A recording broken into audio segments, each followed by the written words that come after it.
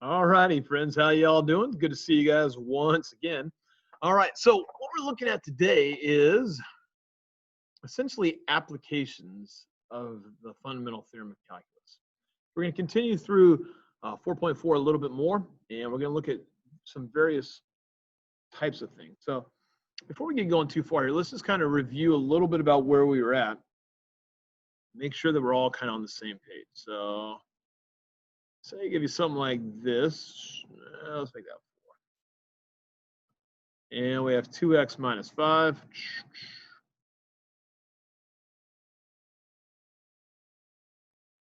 What I want you guys to do is I'd love for you guys to be able to evaluate that, if you don't mind.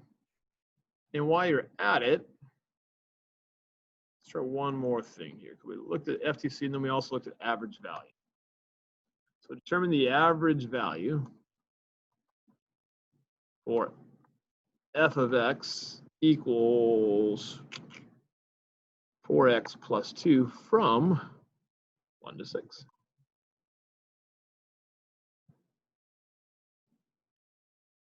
All right, go ahead and pause the video and let's see what you guys can do with that. All right, so let's see how we did here. Okay, we integrated it. Whoops, not the color I wanted.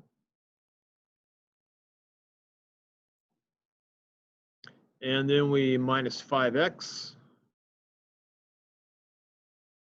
And we're going from 1 to 4. So we plug it in there. We have 16 minus 20 minus 1 minus, oh, what would that be right there? 1 minus 5. Yeah. Totally drew a blank there for a little bit. It happens. 16 minus 20 minus 1 plus 5. All righty, interesting enough, that ends up being equal to 0. All right, next up here, average value. Remember what average value is. So we're going to go ahead and take it. It's 1 over b minus a times the definite integral from 1 to 6 of 4x plus 2 dx. All righty. So we plug that in there. We get 1/5. And we got to integrate the expression. So we integrate it. We get 2x squared plus 2x. And we are going to evaluate that from 1 to 6. So we have 1/5. That was an ugly looking bracket, but it's going to have to work here this time. So we have 2 times 6 squared plus 2 times 6 minus 2 times 1 squared plus 2 times 1. All right, so let's see what we got here. We got 1/5. 72 plus 12 minus 2, just like that, friends. And if we take a 1/5 of that entire sum, we are going to end up with 14. All right. So from there, today we're going to take this fundamental theorem of calculus now. We're going to start to apply it in some different ideas here, some different applications, and try to figure out some things of where it could possibly go from there. So first one we're going to look at is what we call the second fundamental theorem of calculus.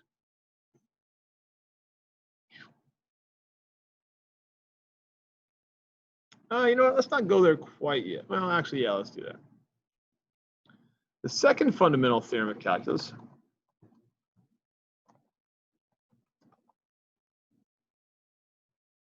says let f of x be continuous on an open interval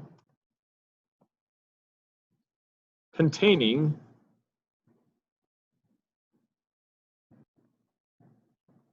a. Then, here's the big part, then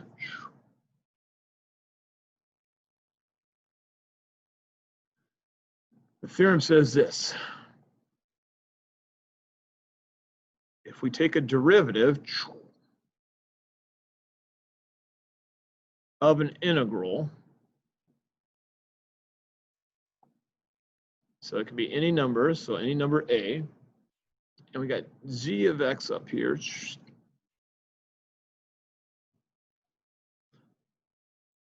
f of t dt. Turns out it literally is you just plug the function that's in the bound into the other function. And we essentially create the chain rule. Or composition of functions, that is. So now the key here is the derivative of the integral. So this only works if we're taking the derivative of the integral. So say I'm gonna give you a couple problems like this.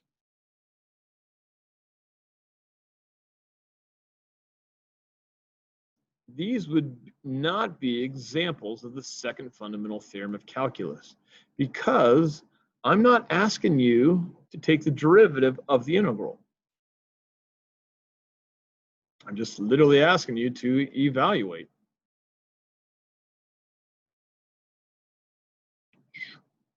Evaluate a couple of definite integrals. So before we actually look specifically at this, this actually would be pretty good practice for you to actually do a couple of these here, because this does come up from time to time on the AP test. So go ahead and do it real quick. I would like to know what is f of t and what is f of x here, and what is f of x over here. So go ahead and pause the video. Go ahead and do these particular type of problems where you just integrate and plug them in. Let's see how we did here. First up, if you're me, you know I'm going to go ahead and change these here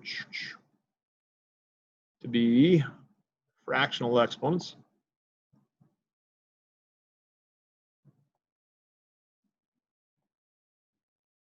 So that means we are going to have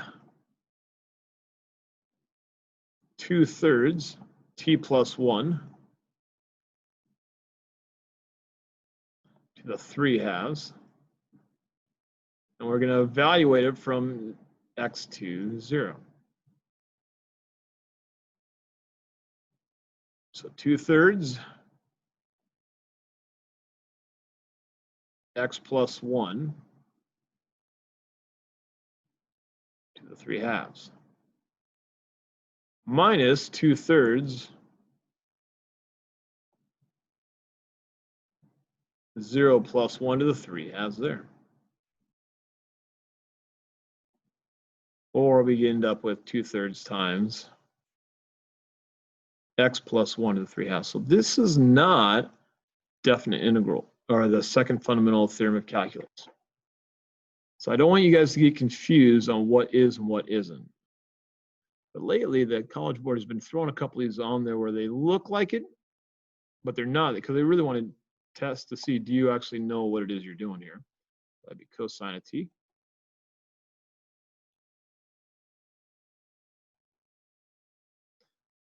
But as soon as we get done with these, I will show you exactly what the second fundamental theorem of calculus actually is. Notice we got a trig value again. Anytime you have a trig value, you have to make sure that you go ahead and evaluate that. Okay, so these are not the second fundamental theorem of calculus. The second fundamental theorem of calculus would look something kind of like this. Oh, let's see here. Where I ask you to take the derivative of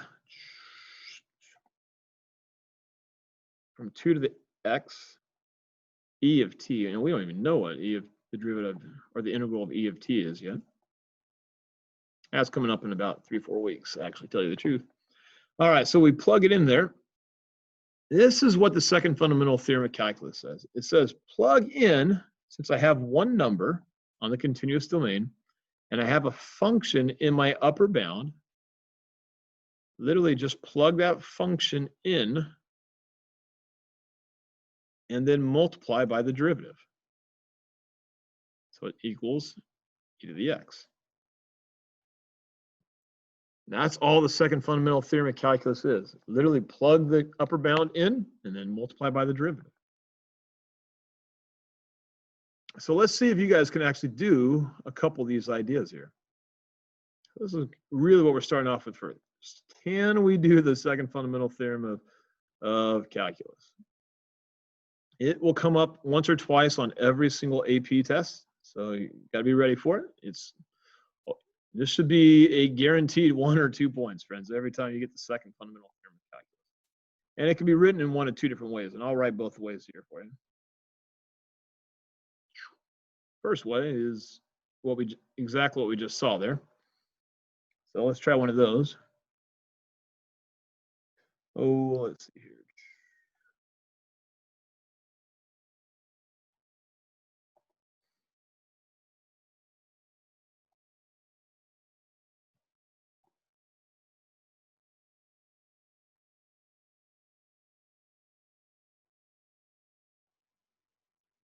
We haven't even got the logs yet.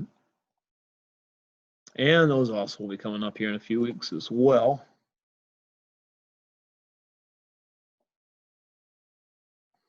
And then the other part here would look something like this.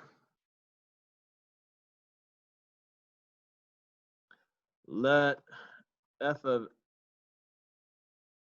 x equal, I'll have to come back and give you that in a second. Determine the expression, or what would be f prime of x. And it would look something kind of like this.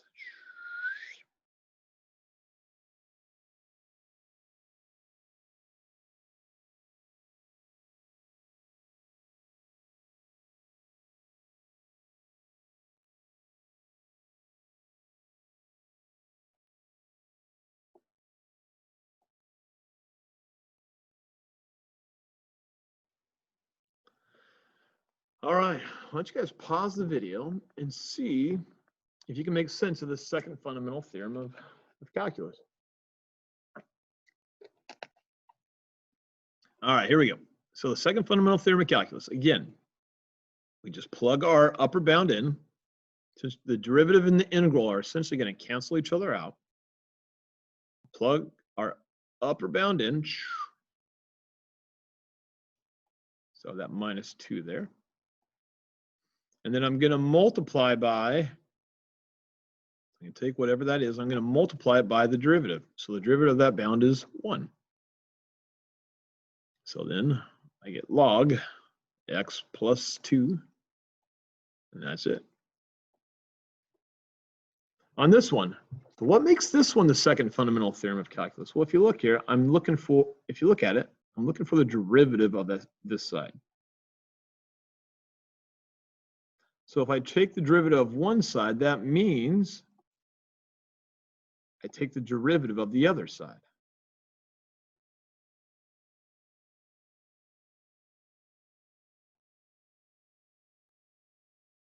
And that's where you end up getting your second fundamental theorem of calculus.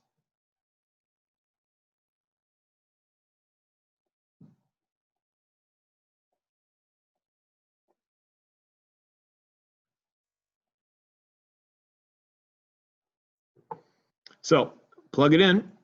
Again, we take that upper bound, we plug it in for every t. Now notice here, I'm putting it in brackets here, or parentheses, doesn't really matter, because I know that, first of all, I have more than one t, so it's got to go in for both. But I'm also looking at it, realizing, ooh, there's a derivative this time in my upper bound. So a derivative that's not 1, that is. So because of that, I'm going to have to end up multiplying. And I'm going to multiply it by whatever the derivative is of that upper bound. Now, whenever you got more than one term that has a derivative in the upper bound, make sure you put in parentheses. 2x, that's a horrible looking 2x right there. So 2x minus 3. So that is the second fundamental theorem of calculus. All right, well, we got another one. And we call it the net change theorem. You just basically, well, let me show you what it is. We don't really need to give it a name, but the name is fine. If f prime of x is the rate of change of a quantity of f of x, then the total change, which is also called the net change of f of x from A to B, can be found by this little theorem, which isn't actually a theorem at all. It literally is nothing more than just an integral. In other words, if I want to figure out how much quantity actually existed over a period of time, I just take the derivative or the rate of change and I integrate it. Now this is something that will come up a few different times on the AP test, where they'll give you some rate and you got to deal a little bit with it, and then eventually they want to know the known quantity or how much actually existed of that rate. And it's really confusing to mix up when to do a derivative and when to integrate it. But we'll talk briefly about it. Let me give you an example of what this might look like. It could be something like this. And this is a question I'm taking from you guys' textbook here, but it gives us a chance to kind of talk it through a little bit. A chemical flows into a storage tank at a rate of 180 plus 3t liters per minute, where t is the time in minutes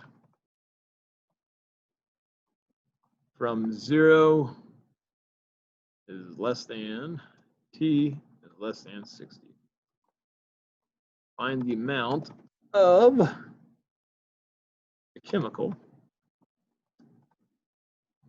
that flows into the tank during the first 20 minutes. But and this is what I mean by this. This can be a little bit confusing because we're given this time a rate. And a lot of times when we're dealing with a rate, we think, oh, if I want to find what this might be, I just would take my whatever this value is here. Let's go ahead and set it equal to something.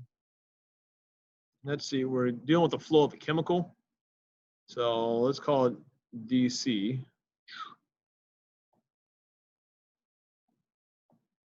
equals 180 plus 3t. Okay, so we got a rate. But what happens is a lot of times people say, oh, if I want to find the rate, well, I just got to plug 20 in for a t, and that'll tell me what it is. That's not true. That's all that does is tell you what the rate is coming in at 20 minutes. That's not how much actually flowed into during a time interval. If I want a total amount, that's when I have to integrate. I'm going to take it from a rate and I'm going to go back to some amount. If I want to know the actual rate, I just plug it in. But if I want to know the amount, then I got to work backwards and I integrate it back to what it would be.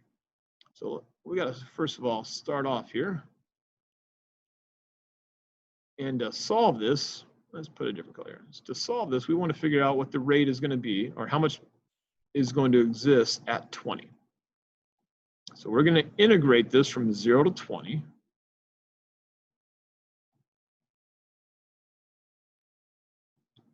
So we have 180. Telling you, 8s are tough, man. 8s are tough with the mouse. There we go. 180 plus 3t. dt.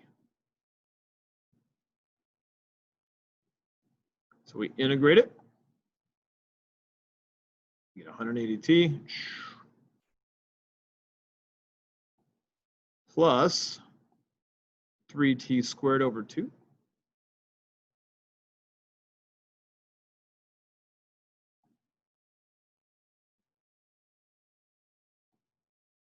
Oops, should have been 20 there. And we're able to figure out what that amount would be. So it would be 180 times 20 plus 3 times 20 squared divided by 2.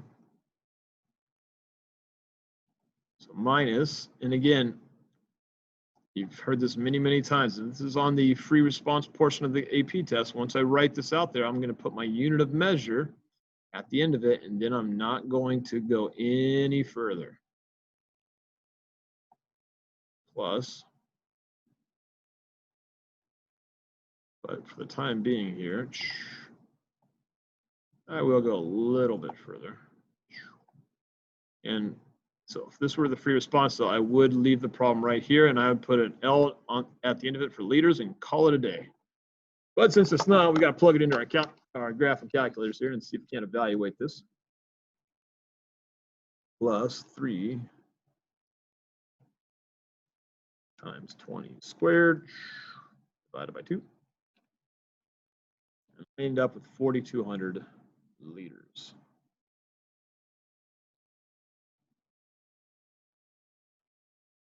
So that means 420 liters, or 4,200 liters, flowed into the tank the first 20 minutes. So on the AP test, by the way, we would never just leave our answer like that. We actually would write it out as an expression of saying what we're going to do. So you'd write something like, during the first 20 minutes, 4,200 liters of the chemical load into the tank. Always make sure you give it some sort of context. Otherwise, the College Board is just not happy with us and will not give us credit. So realize we can use this idea of integration to take a rate and evaluate it, to integrate it, to figure out an amount that happens over a period of time. Likewise, we can also use it with particle motion a little bit too.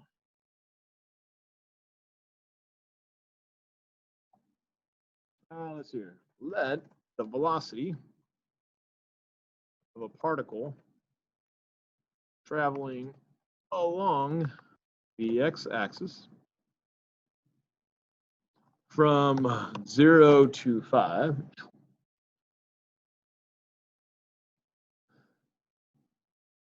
be represented by v of t equals 3t squared. I'll have to go back and square it in here in a second. Minus 4t minus 4.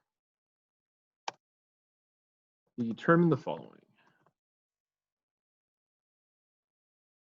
A, is the particle speeding up?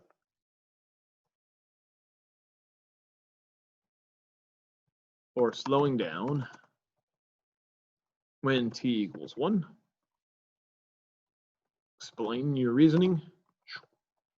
You guys should be really good at that by now, hopefully. Determine the position of the particle when t equals 5. Determine the total distance of the particle, the total distance the particle traveled. There you go. The particle traveled from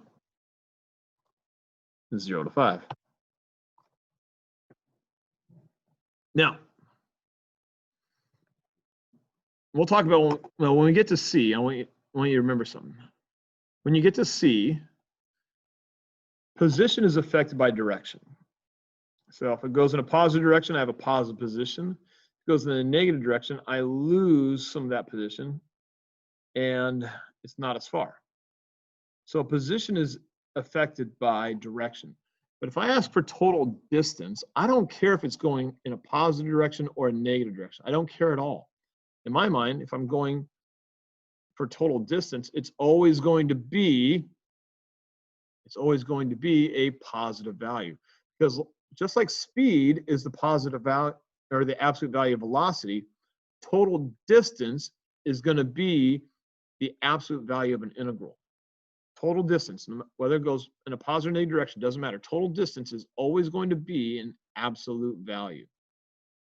So when you go and you try to figure this one out, total distance is always an absolute value. Direction doesn't matter because it still went somewhere. All righty. Well, why don't you guys pause the video and see what it is you can deal with as far as answering these few questions. After that, we'll take a little look-see ourselves. Go for it. All right, so let's try part A. I already know what my velocity is, so that's not bad. I just got to plug my value in here. So 3 times 1. Oh, I forgot to square it, didn't I? Oops, I told you I was going to come back and square it. There we go. 3 times 1 squared. I guess I probably pause the video real quick if you want to try to get on your own here, because that is a little rough. All right, I'm going to assume you guys are still with me here. All right, so if I plug my value in there, I'm going to end up with a -5. So the velocity at 1 is a -5. If I want to find the acceleration, I got to compare my acceleration to my velocity. Acceleration, that's the derivative of velocity. So that would be 6t minus 4.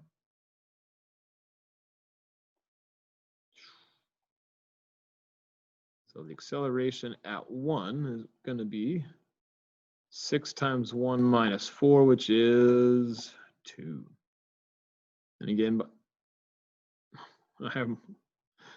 we're pretty good at being able to do these by now. So if velocity and acceleration have opposite signs, they would be, by now we hopefully would know that they would be, that our object would be slowing down. So let's go ahead and write that up here. Since the particle is slowing down at t equals 1 because these two have opposite signs. B of 1 is less than 0 and A of 1 is greater than 0. They have opposite signs.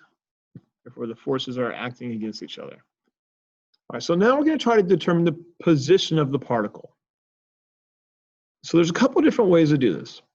We can treat it like a general equation or a general solution and say, all right, well, I know where the value is at. Oh, did I forget to include that? I did, didn't I? Oh my goodness. I better add that in there real quick. Sorry about that, friends. Struggling today, huh? Let the position of the particle be at 4 when t equals 1. All right, well, now if you guys want to take a chance at part B and C, why don't you go for it? All right, so anyway, getting back to what we were talking about, there's 2 different ways you can look at it. You can first look at it as a general solution to a particular solution.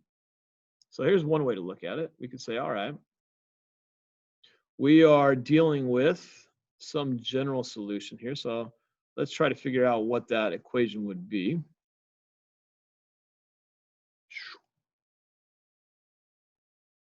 So 3t squared minus 4t minus 4. And if we integrate it, x of t, we get t cubed minus 2t squared minus 4t plus c. And now we have our known value, kind of important. And we can say, all right, well, since we know our known value, that means that when t is 1, x of t would be 4. So we can plug it in there. Plug in our known value. And we take it from a general solution to a particular solution, just like we did before. So 4 equals a -5 plus c. That means 9 equals c.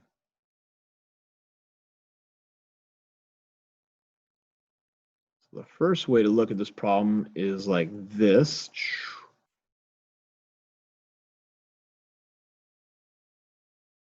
Notice we're not putting units of measure at the end of these because we were never given units of measure. If we're not given it, we don't need to put it. So if I wanted to figure out the position at 5, it's all we got to do now is just plug it in. So we end up with 5 cubed minus 2 times 5 squared minus 4 times 5 plus 9. So that's one way you could have gone about doing it. And again, if it's on the free response, I would not go any further than that. But just for the sake of argument, I will go a little bit further. That'd be minus 50, minus 20, plus 9. So 70, 55, 64.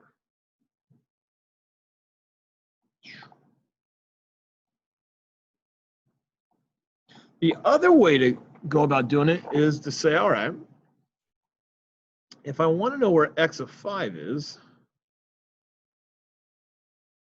I already know where x of 1 is. So I just got to evaluate what happens from 1 to wherever I want to get to. This is the other way you could have gone about doing this one. This is the way I usually do it myself. But again, both work just fine. You just take your pick, whichever one makes the most sense to you. So if I wanted to find out where x sub 5 is, I would have said, all right, well, I know it's at 4 here. And I'm going to add t cubed minus 2t squared minus 4t. And I'm going to evaluate that from 1 to 9. Or 1 to 5, sorry.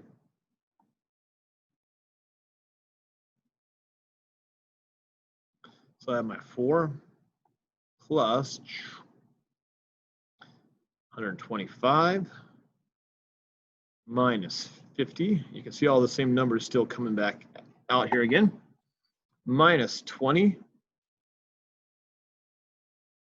minus, like that. We have 1 minus 2 minus 4. And if we plug it all in, we end up getting the exact same value.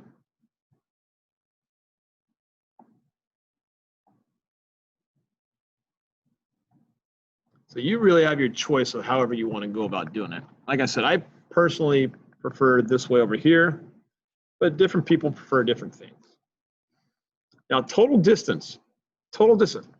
When I'm looking at total distance, I don't care about the starting value at all. It doesn't apply to me. Total distance is going to literally just be what is the absolute value of our integral. So total distance. This will either be on the calculator portion where you'll plug it into your calculator, or they'll just say set up but don't solve. So I would expect you guys to use your calculator on this one. So from 0 to 5, absolute value of 3t squared, because again, we do not care about direction.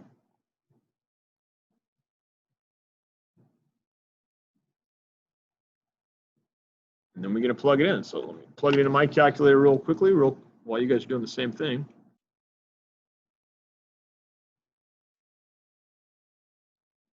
Let's see here.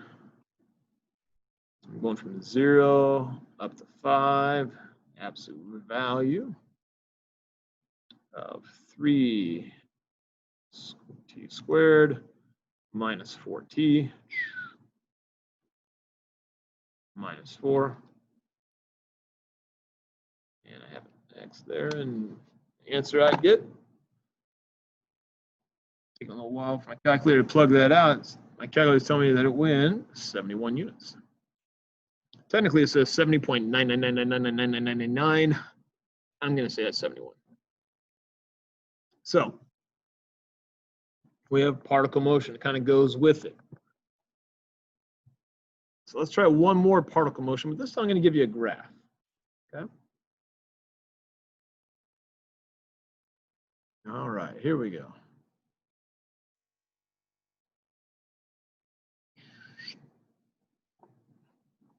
This I'll make sure to give you a starting value too. That a particle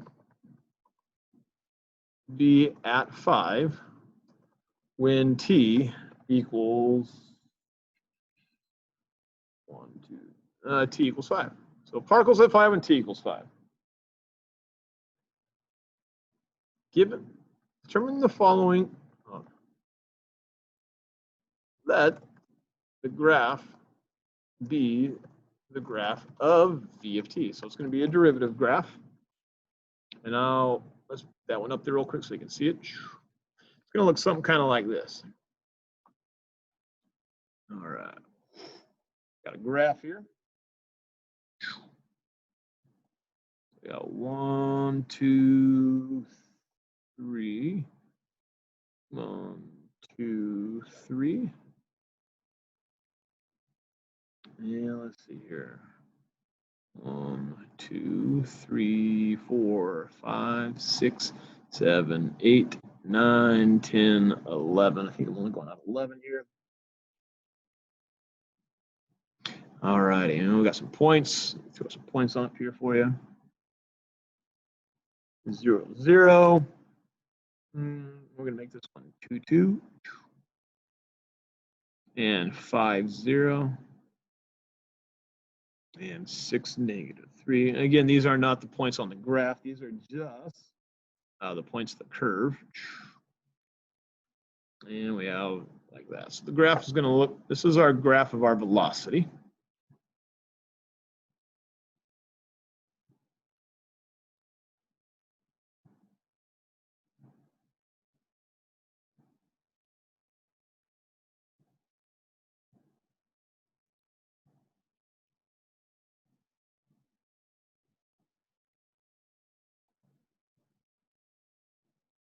All right. So what's going to happen here? I'm going to ask you some things now, because now we can be very specific. When does the particle change directions? When does the particle move left? So these are not anything new.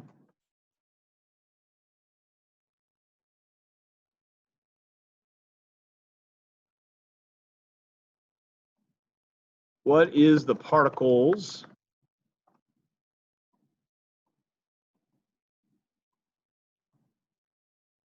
position at t equals 5,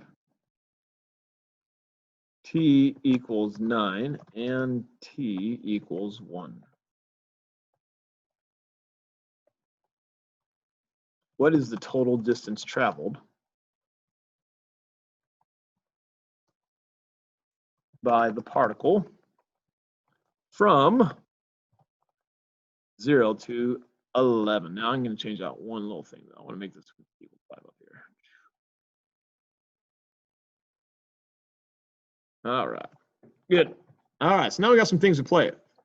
We're going to combine what we know about particle motion and see if we can't play with this just a little bit more. So why don't you guys go for it, see what you can come up with, okay?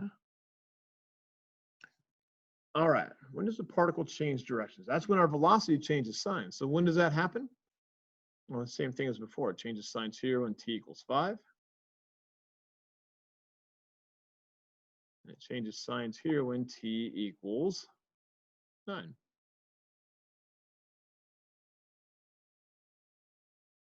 So we can write about that.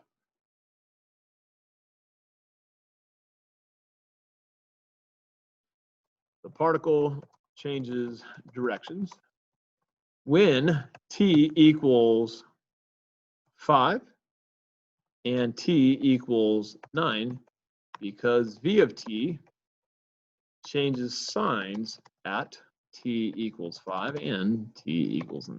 All right, and again, the College Board won't make you write those t values twice. I'm going to make you write them twice just to be a little more specific. So when is the velocity moving left? When is the particle moving left? Well, that's when our velocity is less than 0. So a negative value between 5 and 9. And again, this is all stuff we've dealt with before. So it shouldn't be hopefully too new. The particle moves left from 5 to 9 because v of t is less than 0 from 5 to 9.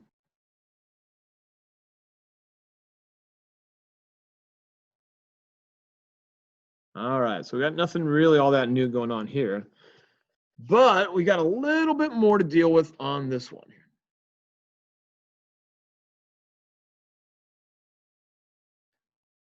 So now we're trying to figure out the position right here. Well, the position at 5, I want you to think about this here. The position at 5, that's going to be our starting position plus whatever this definite integral is. And now we can combine this with what we've been doing before. Back when we're doing some geometric area. So x of 5, this is going to be a triangle here, or a triangular area.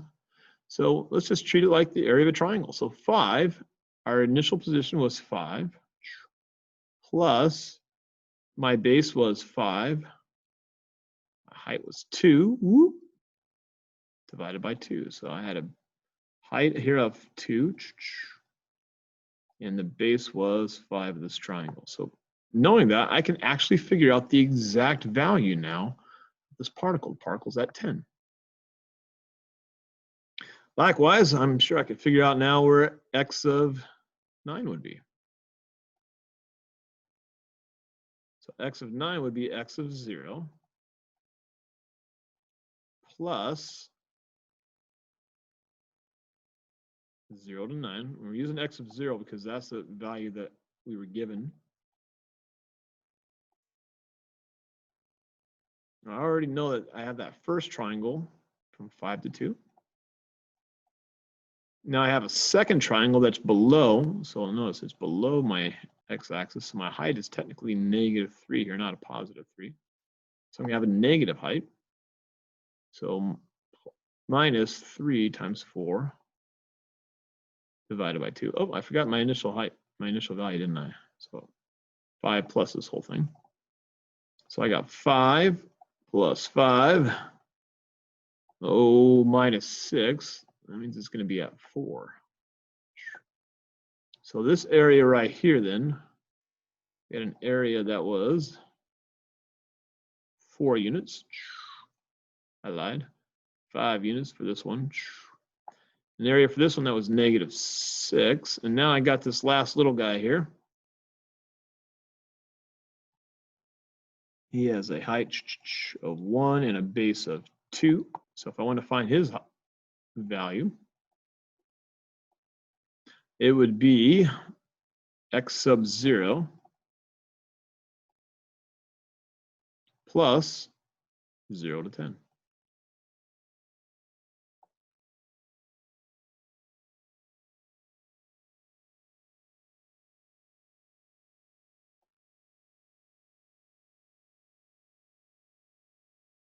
And if we do that, we end up with, friends, let's see here, we have 5 plus 5 over 2 times 2 minus 3 times 4 over 2 plus 1 times 2 divided by 2.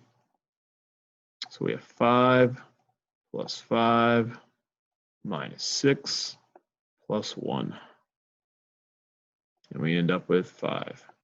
So x of 5 then equals 10. X of 9 would be equal to 4. And x of 10 would be equal to 5. By the way, where's the relative min and the relative max, just for the sake of argument? I don't need you guys to do the whole little write-up for it, but where would the relative max and relative min be?